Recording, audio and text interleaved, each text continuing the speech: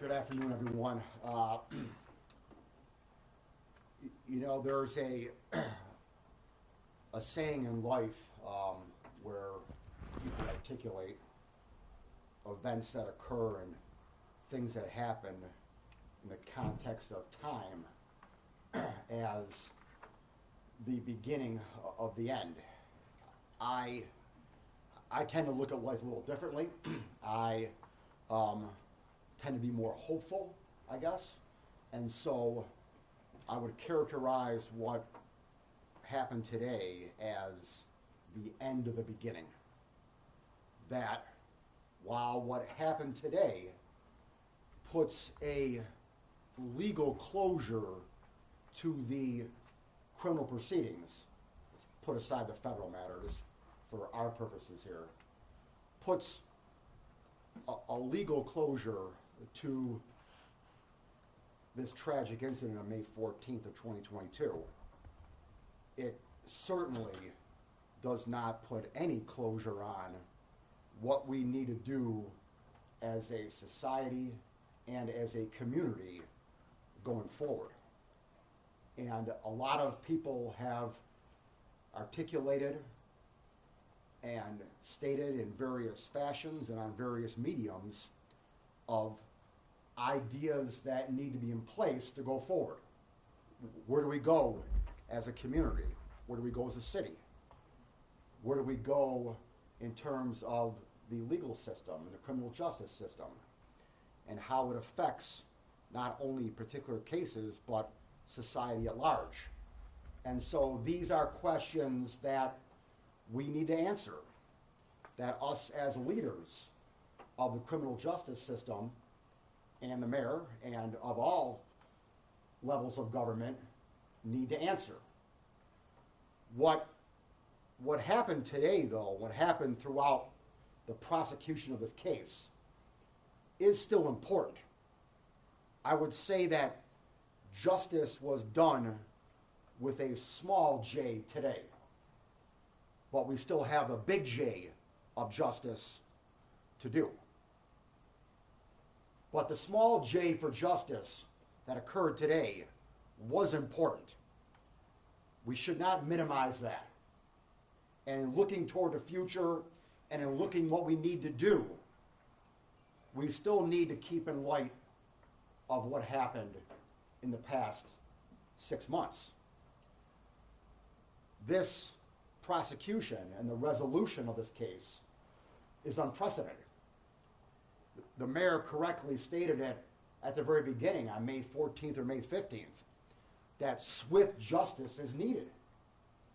And swift justice was done. Not only was it swift, it was just. It was just in the sense that he pled guilty to every charge.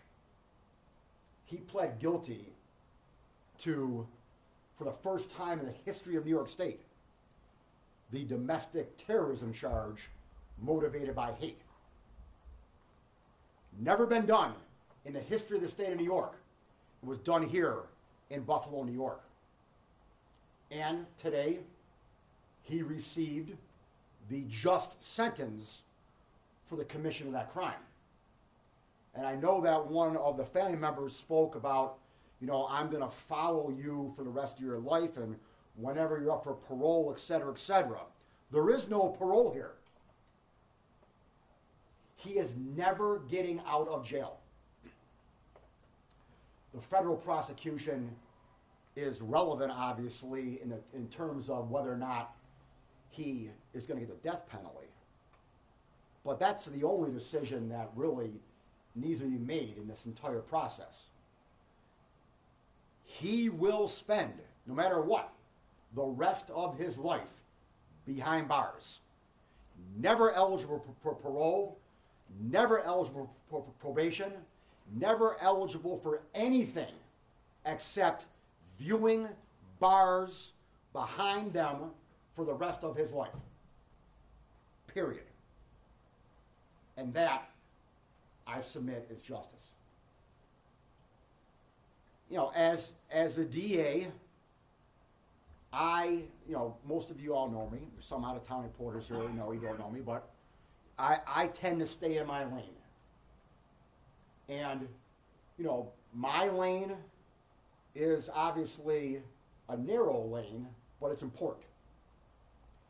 It's important in the sense that a message needed to be sent that this individual was going to be held accountable for his actions.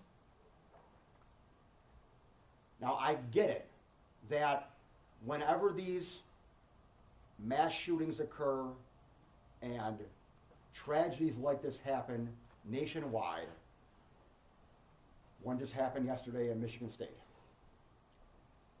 the sides, whatever side you're on, tend to get out there. We need gun control. No, it's not gun control. We need people control. No, it's not people control. We need online control. As those of you who know me, I don't like sides. I like solutions. Everything needs to be on the table. Yes, we have a gun problem. Yes, we have a social media problem. But we also have a people problem. And that cannot be discounted. People need to be held accountable for their actions. People need to be taken off the streets and put away in prison to remove them from society. This defendant needed to be removed from society, taken off the streets, and put behind bars for the rest of his life. And he was. And that gives me some satisfaction. As I said before, obviously we got a lot of work to do. We need to make sure that, from a DA's perspective, that anyone who commits a hate crime, anyone who incites active violence based upon people's race, religion, creed, color, whatever it may be held accountable for their actions. And that is what I will do in my remaining time as DA. I know that a lot of the family members spoke today. We all knew that today's sentence was a foregone conclusion, quite frankly, in the sense that when he pled guilty a few months ago, he was getting this sentence no matter what. But today gave the family members an opportunity to speak. And to speak publicly, and to speak to the system. And they did, and I thank them for that. I thank my assistant DA, Justin Caldwell, for speaking on behalf of my office and telling the judge what we exactly wanted, which is obviously what we wanted from the get-go.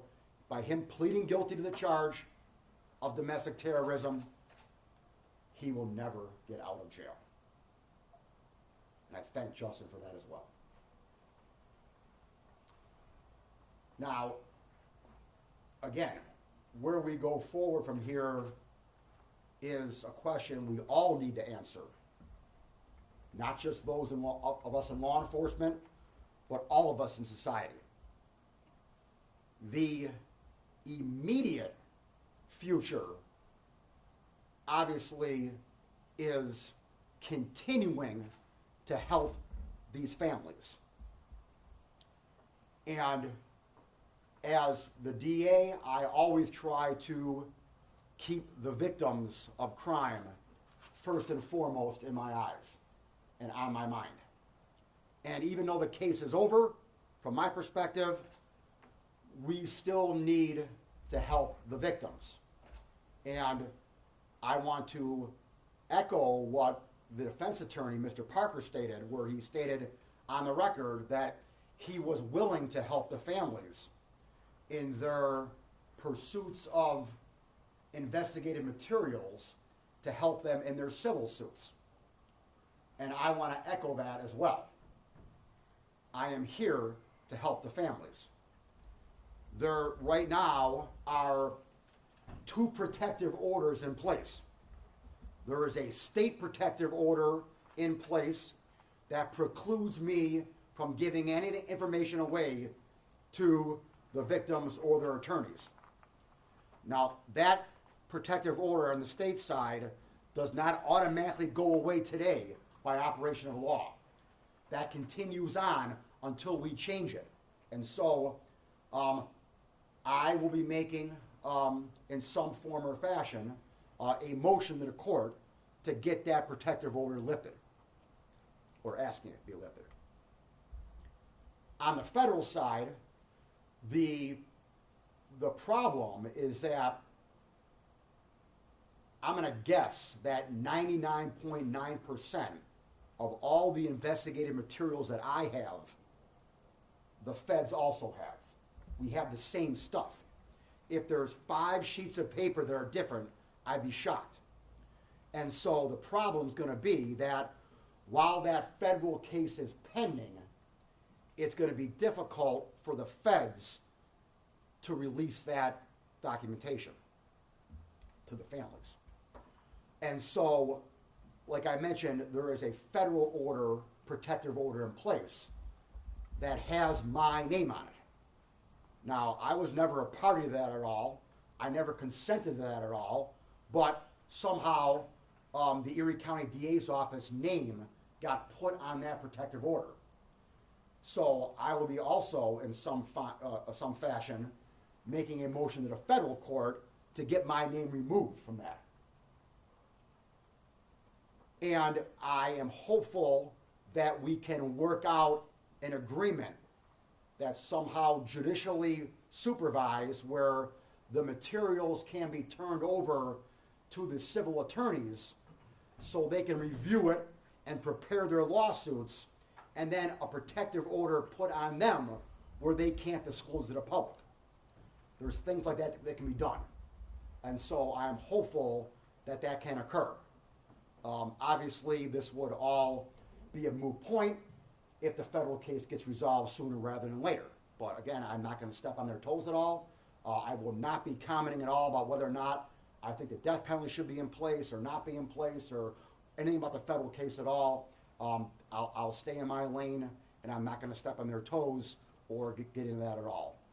But I am going to get into continuing to help the families and doing everything I can to help them further along. So with that being said, let me just end here with my heartfelt thanks and gratitude. Obviously, none of this would have taken place today without the City of Buffalo. And the City of Buffalo includes the mayor's office and the Buffalo Police Department. And obviously, it was the heroic members of the Buffalo Police Department that arrived on the scene. You talk about swiftness. The swiftness of justice pales in comparison to the swiftness of the Buffalo Police Department in responding to that 911 call and getting the tops within minutes. And so I cannot thank the Buffalo Police Department, the commissioner, and the mayor of the great city of Buffalo, Byron Brown, for all of his work and all of their work in bringing this case to fruition. Mayor, thank you, sir.